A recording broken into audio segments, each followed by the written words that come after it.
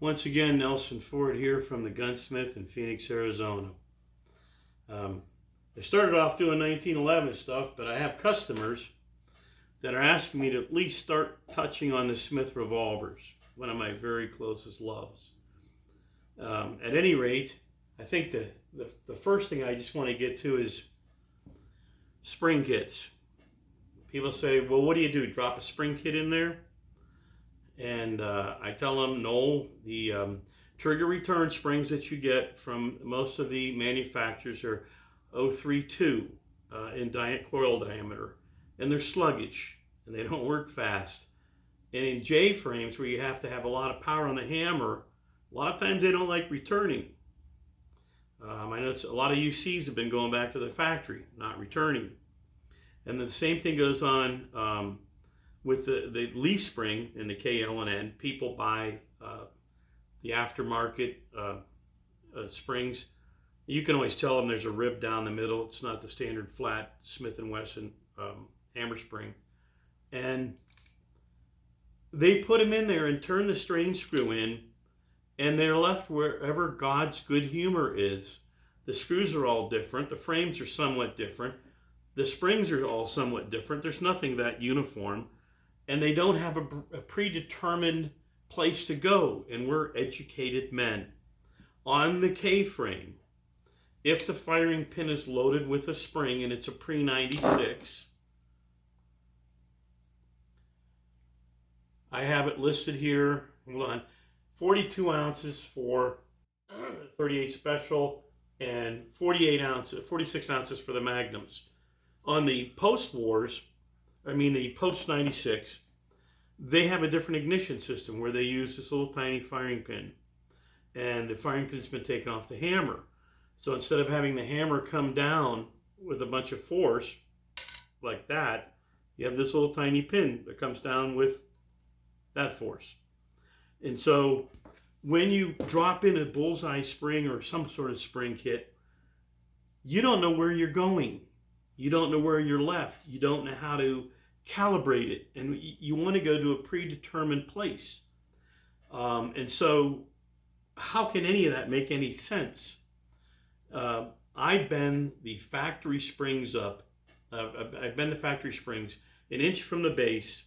I put them in a vise and I tap them one way or the other to create more or less pressure. And then I put the strain screw in and I calibrate it by hooking a RCBS trigger pull gauge on the hammer, holding the trigger down with my left hand, and then of course my trigger pull scale is in there. I start to pull back, and when the hammer starts to move, I look down at my scale, and that's my weight. And so I have a calibration system now, and I can determine what I want in advance. And if I use the 035s with 2.5 coils out of the box, it's always enough power to return the spring with zest, so you can shoot quickly. Boom, boom, boom. I do gloss the rebound slide assembly. I literally gloss it on a soft wheel. And that helps where the cam returns the hammer back. So the trigger's got a job to do. It's got to move the hammer back, and of course the hammer block goes up in this area here and blocks the hammer in case you drop the gun, it doesn't fire. So that's my calibration system on springs. Good thing to know. Take a picture of the chart. Those are just my ideas, and to tell you what, on the post 96s, I've added 4 ounces to almost everything here because people go online and try to find the cheapest ammo, and there are some great stories with that stuff, and they can often have very hard primers.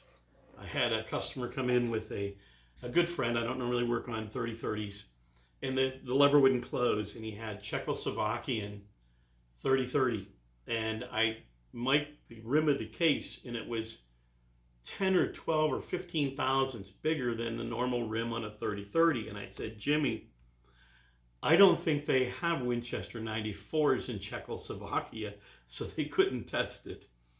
Anyway, beyond that, the next thing I do when I pick one, the first thing actually I do when I pick one of these things up, because I know where I'm going to go spring-wise and all that, but I wanted to cover that first, is I just clear the gun, and I cock the hammer back enough to clear the bolt, the cylinder stop, and I turn the cylinder. And if the cylinder spins freely, it's a godsend because it can save me tragedy. There's a lot going on with these cylinders, and trying to get a cylinder to spin freely can be really hard.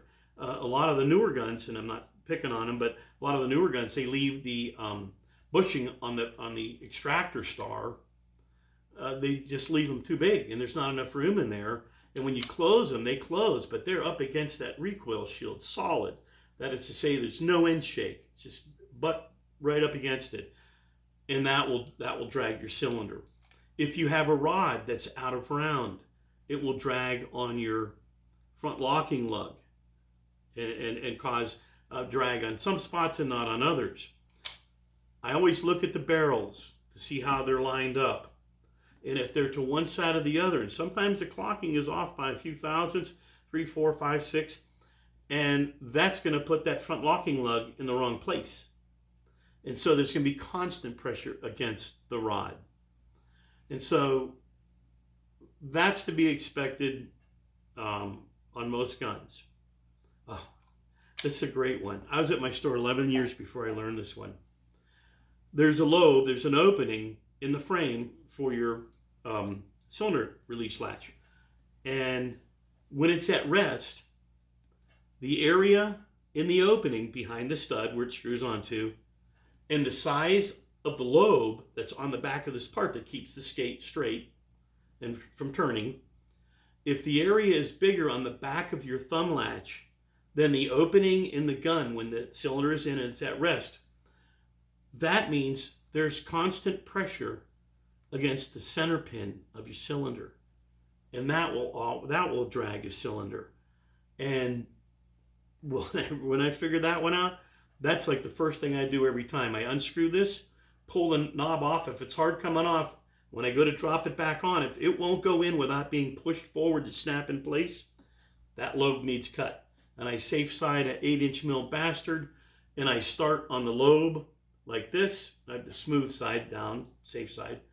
And then I do one angle, then the other, and then I hit it again, and I try to fit it on the gun. And until it drops on the gun without interference, your cylinder won't be right.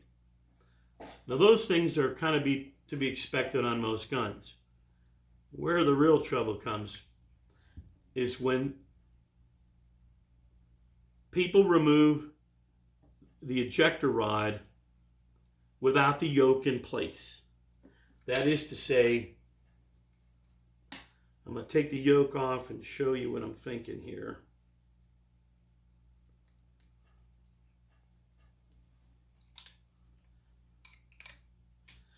So this is the yoke, not clean. Should rehearse a little bit more. This one, by the way, has been backed up 3 times. This gun's had a lot of use. That's from a yoke stretcher, and you put a support down it before you stretch them.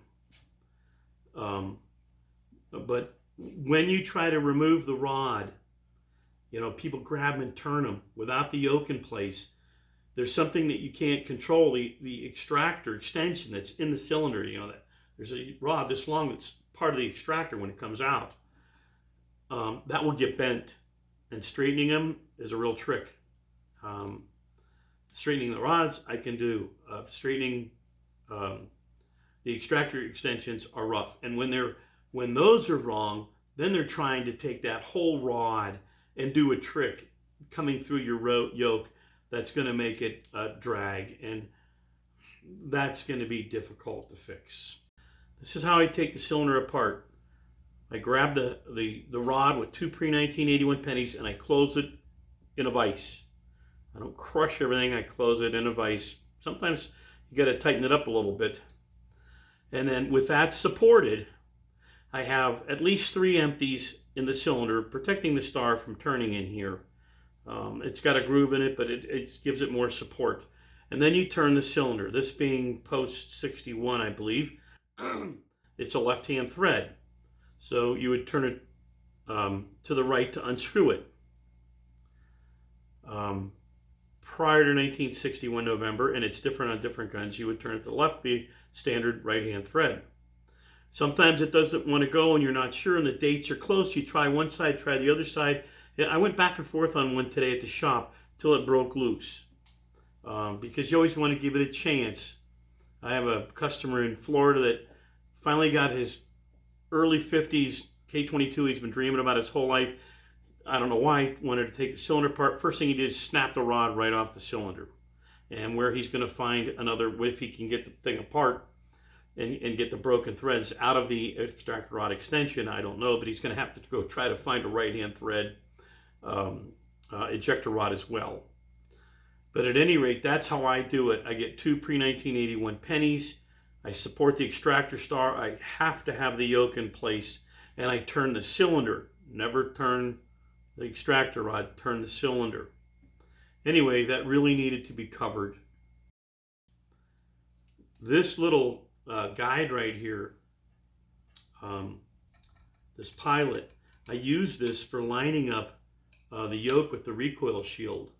And this one is very good. And so the rod will go down in the hole. But when they don't line up, and this is something most people can't even watch, you take this breaker bar on there and you bend it one way or the other until you can get this pilot to line up with your recoil shield and drop right in. And then you know your yoke is in play. And then there's another tool here I want to show you. This is the yoke stretcher. When you need to back up a cylinder, is this rod straightener. And I just noticed this is a this cylinder does not, there's a very short period in the 60s when they did this. This cylinder does not have a gas ring. The gas ring is on the yoke, and they only did this for a few years. Usually they cut the yoke back to here. And so it may not want to fit on my jig as normal. But these jigs are so wonderful, and they'll help you get things the way you want them. I'm doing everything backwards, which I have never done before.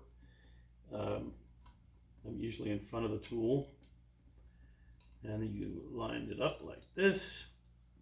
And you watch your run out. This one has a little run out. I don't know if you can see the dial moving. And then you can take the other side of the breaker bar and put it on the rod and bend it and straighten it. And that will straighten your ejector rod. And so that's the most hellish part normally of getting one of these things smooth. Changing springs is not. Getting a cylinder to spin freely is. And then there's a lot more I can cover when I go in the actions.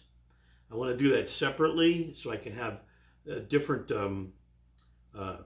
accessories here to show you how to take it apart and put it back together. So this is going to be sort of a two-part on the action, spring calibration, and handling a cylinder. Thanks again for watching one of my videos, and I'll cover more on this gun soon.